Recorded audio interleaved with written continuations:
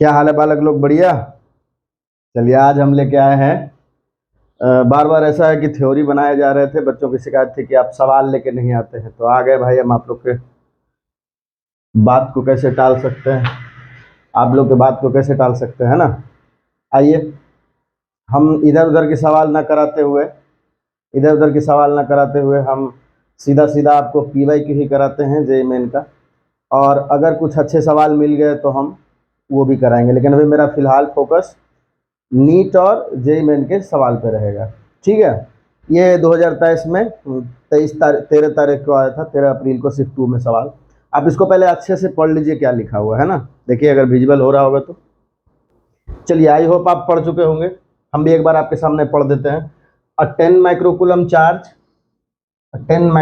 charge is divided into two parts and placed 1 centimeter distance placed at 1 centimeter distance so that repulsive force between them is maximum.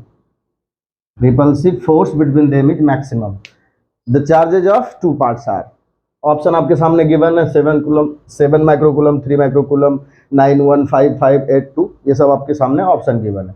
तो एक तरीका तो वो है कि force आप निकालो सबसे पहले, और उसको जिसके साथ भी फोर्स वेरी कर रहा हो, आइदर डिस्टेंस के साथ, चार्ज के साथ। मान लो इस सवाल को अगर आप देखो तो इसमें चार्ज के हिसाब से वेरी हो रहा है ना। डिस्टेंस तो फिक्स कर दिया गया कि 1 सेंटीमीटर डिस्टेंस पे दोनों को रख दिया गया है। ठीक है। तो अगर चार्ज के साथ वेरी कर रहा है तो आप d f by d q equal to 0 भी कर सकते हो, वो भी करके दिखाएंगे आपको। लेकिन सबसे पहले जो आसान तरीका होता है, कुछ कुछ ऐसे सवाल होते हैं जिसमें समय देना बेकार की बात है ना।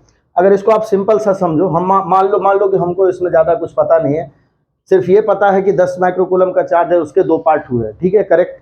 तो 10 माइक्रोकूलम के अगर चार्ज है, जिस 2 पार्ट में 10 माइक्रोकूलम बटा हमको नहीं मालूम, हम सिंपल बोल देते हैं कि इसमें से एक को हम Q1 बोल देते हैं और दूसरे को Q2 बोल देते हैं, कोई दिक्कत नहीं है।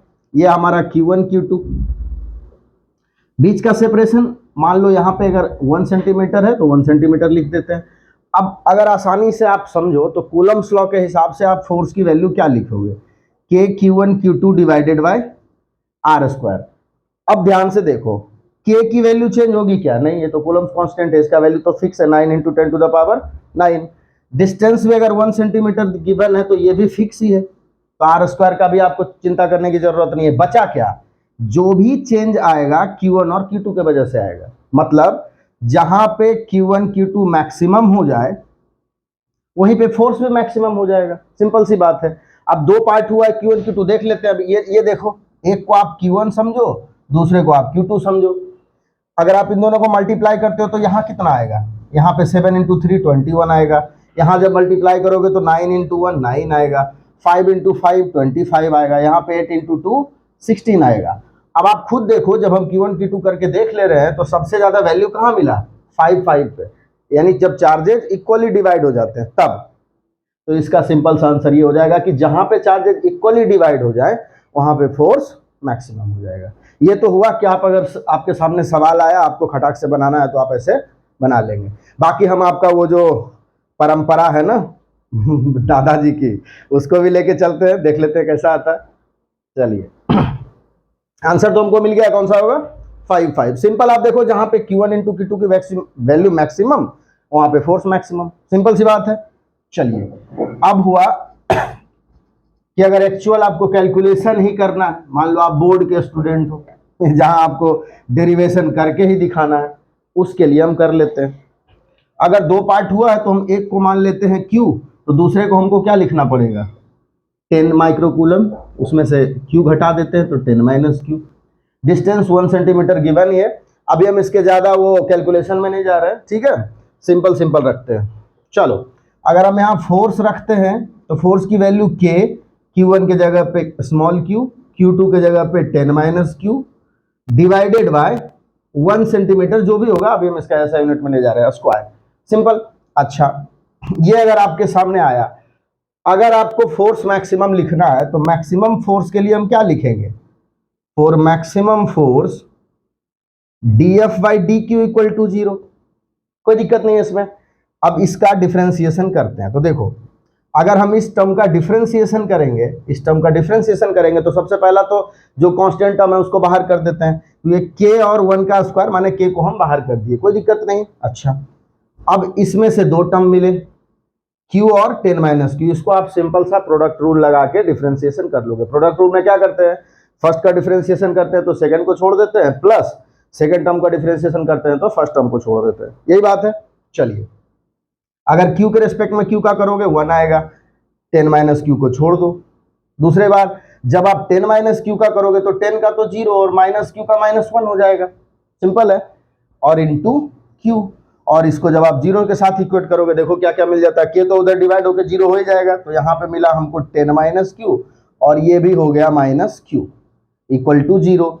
अब यहाँ से मिल गया 10 माइनस 2Q इक्वल टू 0, और जब सॉल्व करोगे तो Q इक्वल टू यहाँ से आ गया 5। बाकी हम चार्ज को माइक्रोकूलम में ही छोड़ देते हैं, तो 5 माइक्रोकूलम। तो आप देख लो आपके लिए कौन सा आसान रहा। सिंपल आपको ये देखना है कि जहाँ पे Q1 इंटू Q2 की वैल्यू मैक्सिमम आती है, या फिर ये भी कर सकते हो, इसमें बहुत ज़्यादा समय नहीं लगेगा, लेकिन कभी कभार अगर कैलकुलेशन टेढ़ा मेढ़ा आ गया तो टाइम लग जाएगा, ठीक है। ओके, नेक्स्ट क्वेश्चन पे चलते हैं। यह है आपका क्वेश्चन नंबर 2।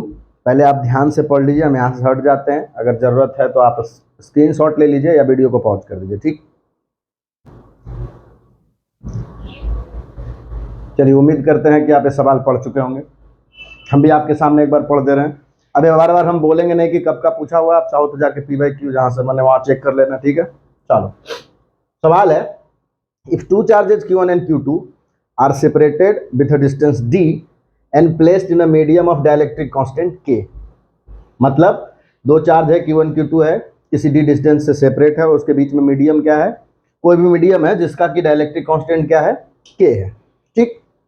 अब आगे क्या है, what will be the equivalent distance between charges in air for the same electrostatic force. मतलब यह है कि जो पहले दो चार्ज Q1 Q2 था, जिसके बीच में कि मीडियम कोई है जिसका कि डाइलेक्ट्रिक कांस्टेंट K है, इसके बीच में डिस्टेंस D था, और जो भी फोर्स लग रहा है, मान लेते हैं कि फोर्स लग रहा है F, तो अब यही दोनों सेम चार्ज एयर में कितने डिस्टेंस से सेपरेट होगा, एयर में कितने डिस्टेंस से सेपरेट होगा कि अब भी फोर्स उतना ही लगेगा जितना डाइलेक्ट्रिक कांस्टेंट वाला मीडियम में था। सिंपल सी बात है, मतलब आपको यहाँ का डिस्टेंस, अगर हम इसको R लिख दें तो आपको ये R डिस्टेंस पता करना है।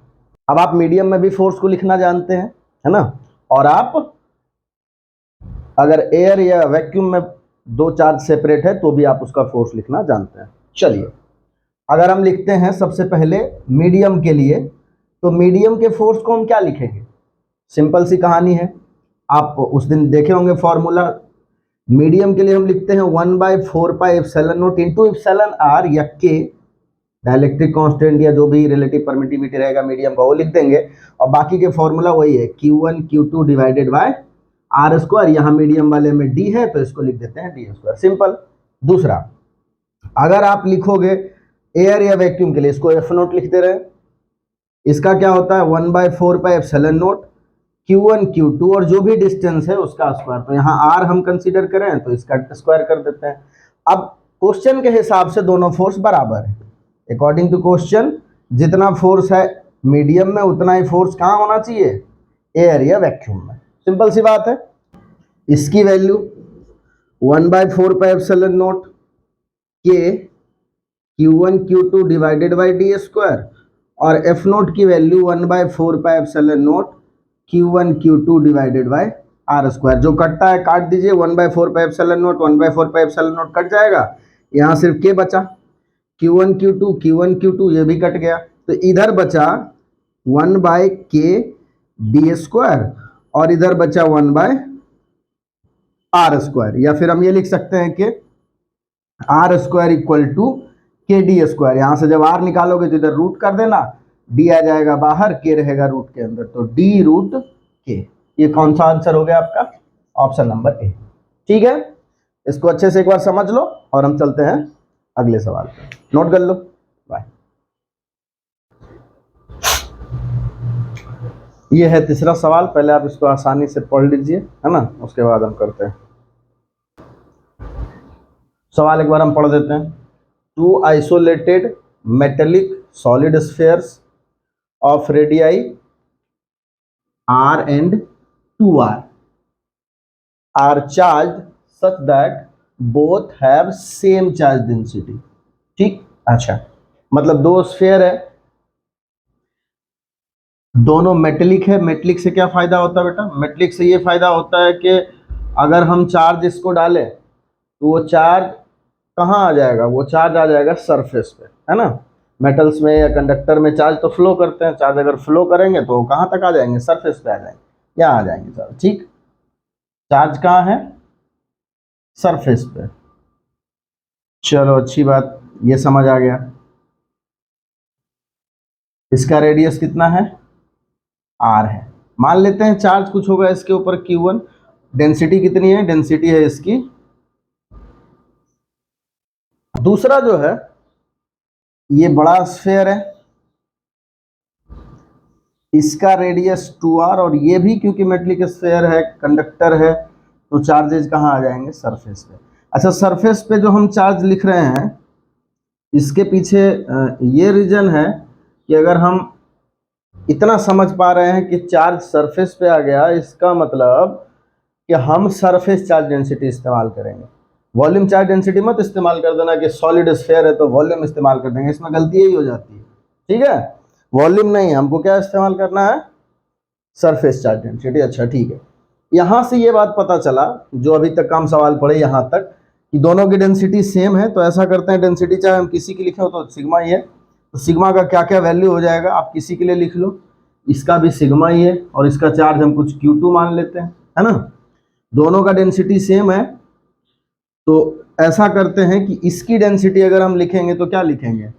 टोटल चार्ज और डिवाइडेड बाय जो भी सरफेस एरिया होता है, तो सरफेस एरिया कितना हो जाएगा इसका? 4πr²। Q1 divided by 4πr²। दूसरे स्फीयर के लिए अगर हम लिखेंगे तो Q2 डिवाइडेड बाय वही 4πr²। यहाँ जब 2r का स्क्वायर करेंगे तो हो जाएगा 4r²। ठीक है, ये दोनों इक्वल है, बाकी जो कटता है यहाँ से Q1 Q2 में एक आपको रिलेशन मिल जाएगा, तो ये आपका r² पाई और 4 ये कैंसिल, यहाँ से निकल के आ गया कि Q1 इक्वल टू है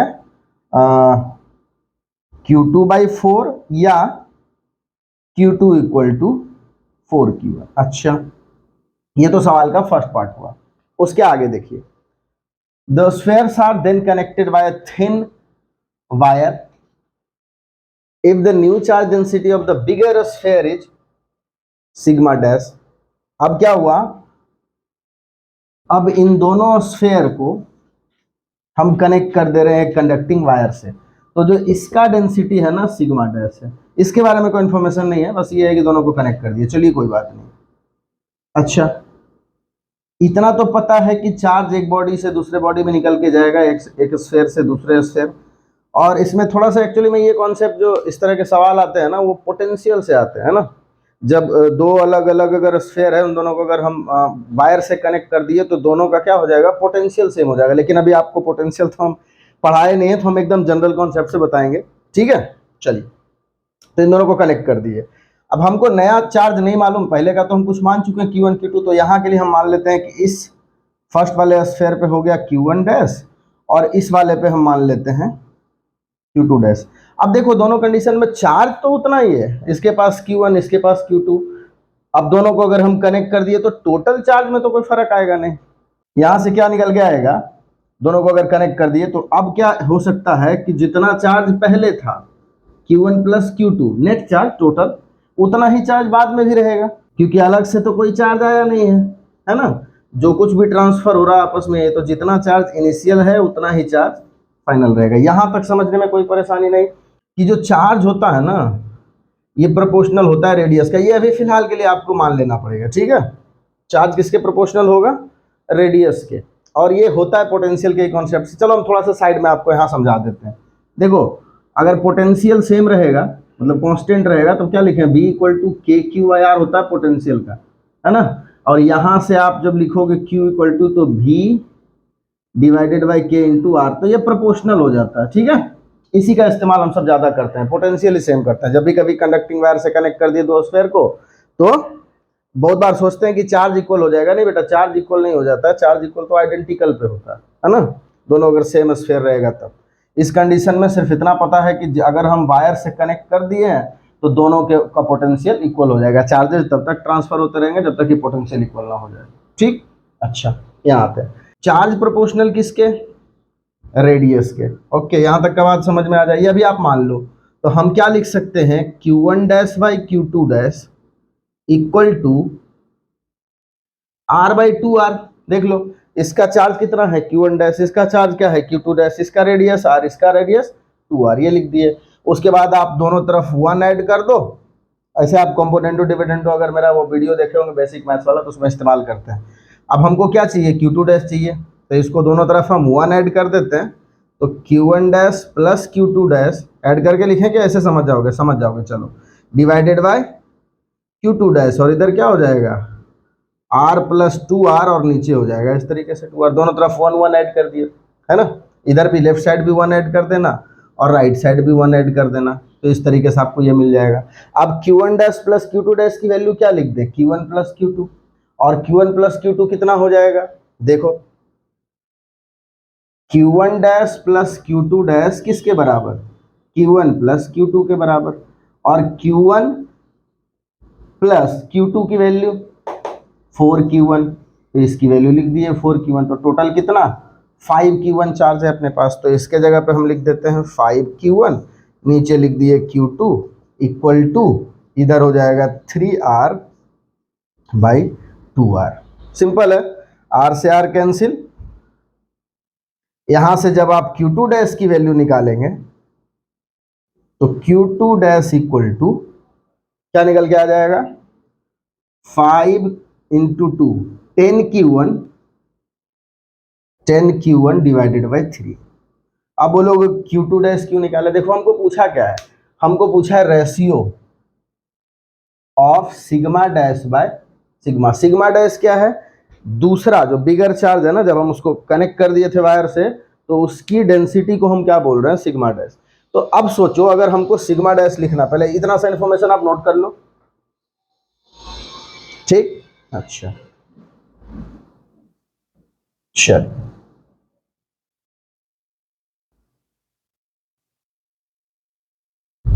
अब हमको निकालना है sigma dash by sigma. Sigma dash इस स्फेयर का डेंसिटी है, तो इस स्फेयर का charge Q2 dash divided by इसका जो भी आता है एरिया, तो 4 पाई इंटू 2R का स्क्वायर, ये लिख दिए, इंटू सिग्मा इस स्फेयर का डेंसिटी, या इसका भी लिख सकते हैं कोई दिक्कत नहीं। इस स्फेयर का डेंसिटी क्या लिखें, तो चार्ज है यहाँ पे Q1 और डिवाइडेड बाय इसका एरिया 4 पाई R स्क्वायर। बाकी आप वैल्यू सबका पुट कर दो। Q2 की वैल्यू यहाँ मिल चुकी है हमको, Q2 का वैल्यू हमको यहाँ मिल चुका है कितना, 10Q1 डिवाइडेड बाई 3, और नीचे कितना हो जाएगा 4 4 16 पाई R स्क्वायर, यहाँ है 4 पाई R square divided by Q1। क्या क्या कट जाएगा, Q1 से Q1, पाई से पाई, R स्क्वायर से R स्क्वायर, 4 4 जा 16, और यहाँ से काटेंगे तो ये 2 ये 5, मतलब ये निकल के आ जाएगा 5/6 ये।